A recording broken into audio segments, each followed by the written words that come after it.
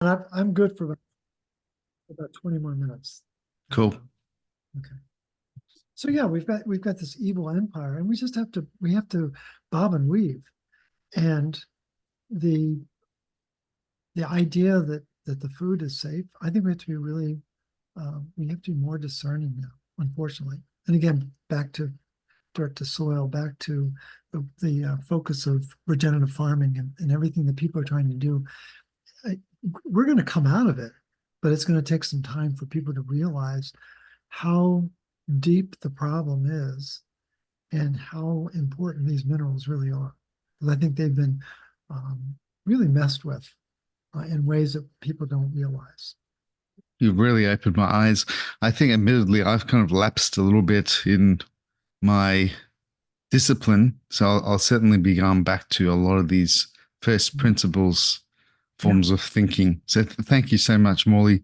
And I want to give enough airtime to the star of the show, which is this very special enzyme in the body, the PAM enzyme, which I know absolutely nothing about. So I'm sure you're going to give me a little bit of a schooling for the next 20 minutes. Well, you're the only one who doesn't know about this. If you want to have fun, do you want to have fun with your doctor friends? You kind of lean in and say, "Hey, tell me about the PAM enzyme."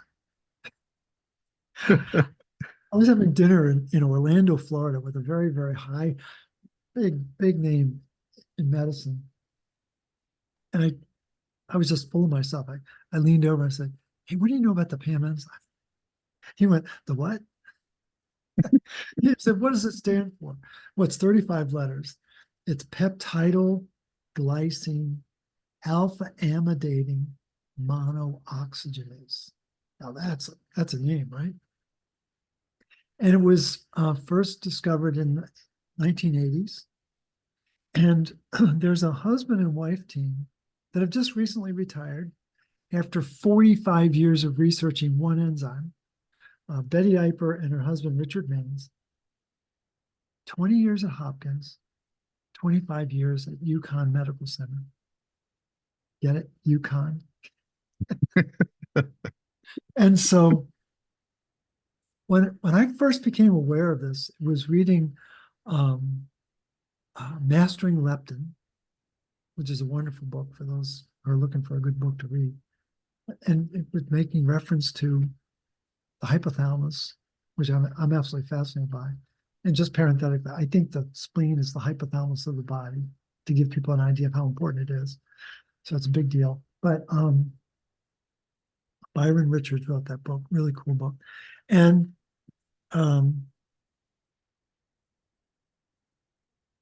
he made reference to this PAM enzyme. So I was always fascinated by the PAM enzyme. This goes back to 2010, goes way back. And back then, I thought it only activated 13 peptides. Well, 13 gave way to 43. 43 gave way to 279. 279 now has given way to 4,700 signaling peptides. And so, we're back to the phone. It works when it's on, right?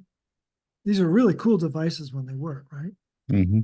But if they don't get a signal, it's no good. And so I bet you have clients that have insulin resistance. Absolutely. And you're blaming either the lack of insulin production or the lack of insulin sensitivity by the tissue, right? Those are the two. Hey, it's not being synthesized, it's not sensitive, right? Well, there's more to the story. So here are 7 signaling peptides involved in sugar metabolism. The big dog is insulin. But then we have insulin growth factor, incretin.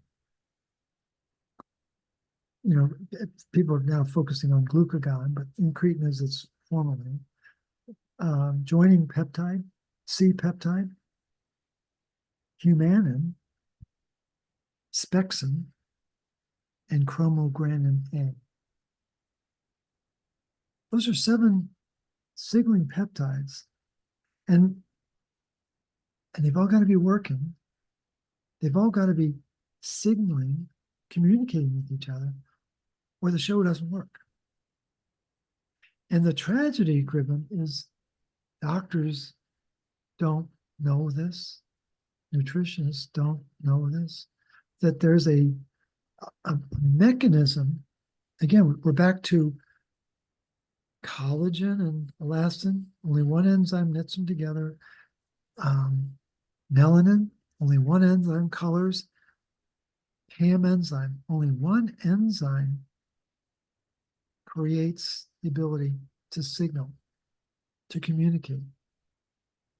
And if you don't think there isn't fierce communication between insulin and chromogranin A, and insulin and C-peptide, and in your area of expertise, think about gastrin, cholecystokinin, right? Think about what's the one? Oh, have you ever heard of? I'd never heard of this until recently. Somatostatin. Do you know about somatostatin? No idea. No idea, right? Mm. Somatostatin is the peptide that turns off the response. The body is not designed to be in hyperbolic activated response, to be in this hyper activated state. Here's the catch.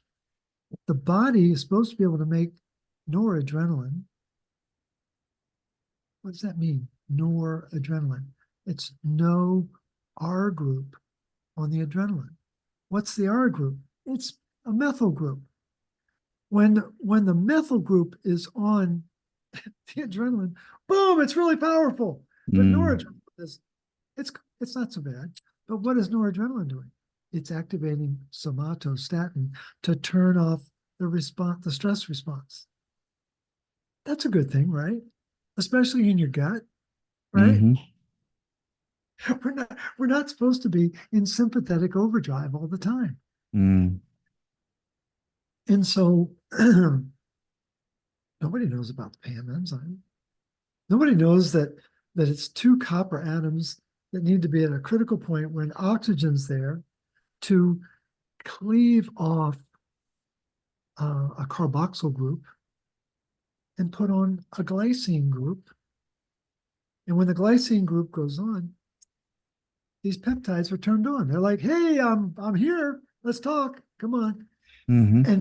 And so in the way the proteins are made, there's an N terminus and a C terminus. So nitrogen, carbon, right? And what we learned is that the carbon, the carboxyl group, carbon, 2 oxygen and a hydrogen, the carboxyl group gets cleaved off, and that's where the peptides get activated. 4,700 times. I know like 100 of them. I'm only short about 4,000, 4,600. But the thing is, and this is going to blow your mind.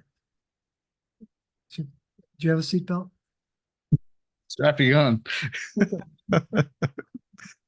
If you were going to design lab tests to see whether peptides and hormones, because that's what hormones are, is signaling peptides. That's what a hormone is. They like to talk to each other, right? So if you were designing tests to measure these hormones, which end of the protein would you go after? Would you study the nitrogen side or the carbon side? Which one do you think would be really important to have as your focus to know whether it's on or not, active or not? You would focus on the carbon, right? The carboxyl end, right? Mm-hmm. No. All lab tests around the world focus on nitrogen because it's inert, it's neutral. Mm. And so you don't really know, oh, well, your estrogen looks really high, but we don't know whether it's turned on or not. Can you believe that? I'm not making this up, Kriben. This is like, what? We're flying blind. We have no idea. The peptide may be there, but we don't know whether it's active. Is it communicating? Is it interacting with its partners? Like those 7 that I mentioned for sugar metabolism? Mm-hmm. Doctors don't know about all 7 of those. It's a rare doctor who will measure insulin and C-peptide. When you get insulin and C-peptide together, you have a better understanding of, well, how much is really being made and really being used. But we still don't know whether it's active or not. And so I share this not to freak everyone out. I think it's important for people to realize that there really is a very beautiful blueprint that runs our body, that runs our metabolism. And that blueprint runs on the chassis of energy and signaling peptides. How do you make energy? Oh, yeah, you got to have copper in the mitochondria. How do you have signaling peptides that can actually talk to each other? Oh, yeah, you got to have copper in that PAM enzyme. And so it's really important for people to realize that there is, as Kristan Kershaw says, there is a simplicity and an enormity to the copper metabolism. And it is this Achilles heel that people don't think about it because it's so small. It's 100 milligrams of copper, which fits on the head of a 1-inch stick pin. Little tiny bit of copper is regulating 5,000 plus milligrams of iron. And a very influential copper researcher, Maria Linder, passed away in 2022, in fall of 2022. But before she passed, she had an article published that year that talked about the fact that she thinks that humans don't really have 100 milligrams of copper. We have maybe about 70. So let's put that into context. Ideal body temperature, 98.6. 37 degrees if you're outside of the US, right? But 98.6. A 4% rise. A 4% rise in body temperature from 98.6 to 102 is called a fever. And you know how bad you feel when you have a fever. That's a 4% differential. 30% loss of copper. So that's 7.5 times. It's like the order of magnitude is just, it blows your mind.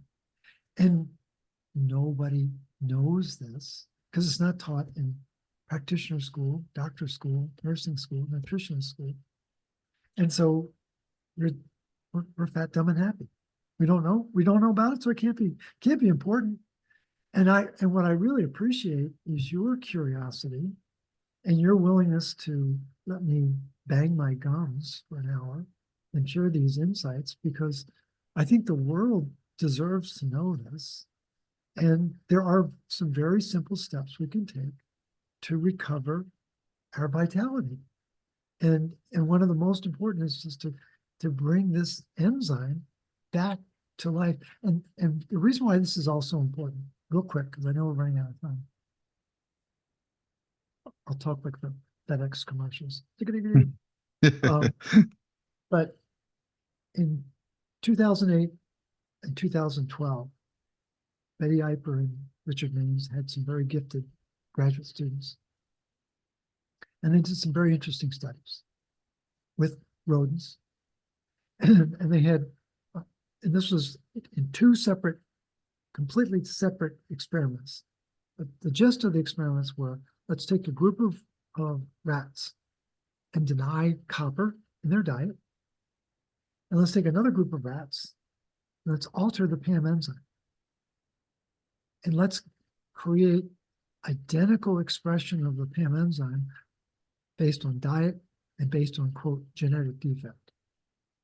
Okay? It's got two groups, same PAM expression. It's depressed expression. Then in both experiments, they did the same thing. They fed both groups copper supplements. And guess what happened? The enzyme came back on.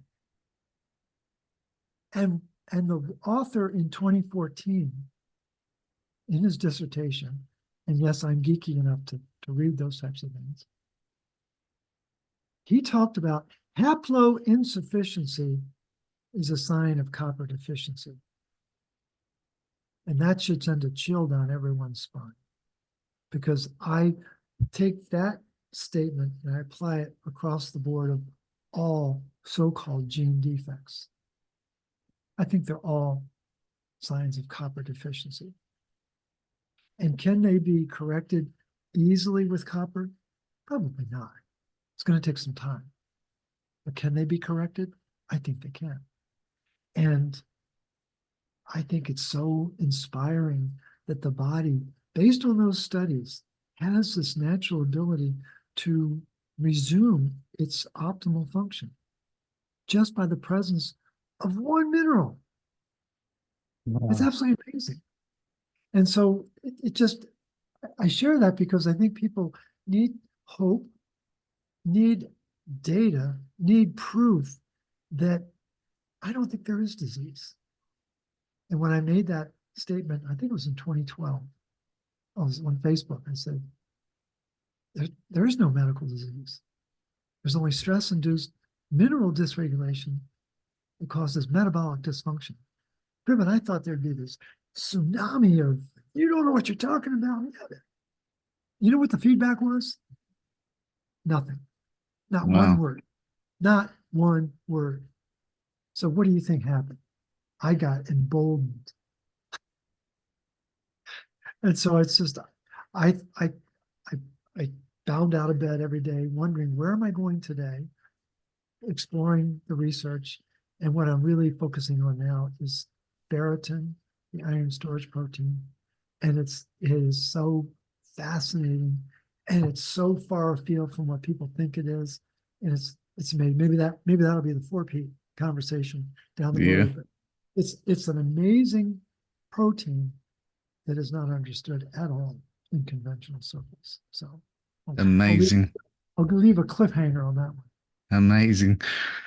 Well, I've learned so much, Morley. There's so much I need to dig into after I listen back to this podcast, but I applaud you for the work that you're doing. It's so important. It's so critical to the health of humanity, and I'm sure that people listening to this are going to have lots of nuggets to take away and implement into their own lives. So I always like to end the show with this question. Mm-hmm. If there is one thing you could do for your gut health today, what would that be, Morley Robbins? Every person I've dealt with, I think we talked about this before, but I'll just remind the listeners. Every person I've ever dealt with who had gut issues has an emotional issue they can't stomach. As much as I talk about minerals and the importance of energy, deal with your emotional stress. Try to engage in either emotional freedom technique or emotion code, body code, or hypnotherapy or something. Get beyond the fear, because when you have chronic stress, it goes into fear. When you have an unresolved emotional issue, it goes into fear. You think you're broken, or you can't resolve it. You got to get on top of that. And that addressing that emotional dynamic will allow the body to heal itself. And so when I started this work 15 years ago, I was 100% Newtonian. It's a physical issue. It's you need this nutrient, that vitamin, that supplement, whatever. Now, 15 years later, it's all quantum. And it revolves around these unresolved emotions. So it's just a very different world of perspective. And I think it's true for everyone who has gut issues, at least that I've encountered. Wow, that's amazing advice. Thank you so much, Morley, until next time, I'm sure we're going to be round 4 at some point. I look forward to it. Thank you Thank- again for the opportunity. You take care. Thank you, Bye-bye. Morley.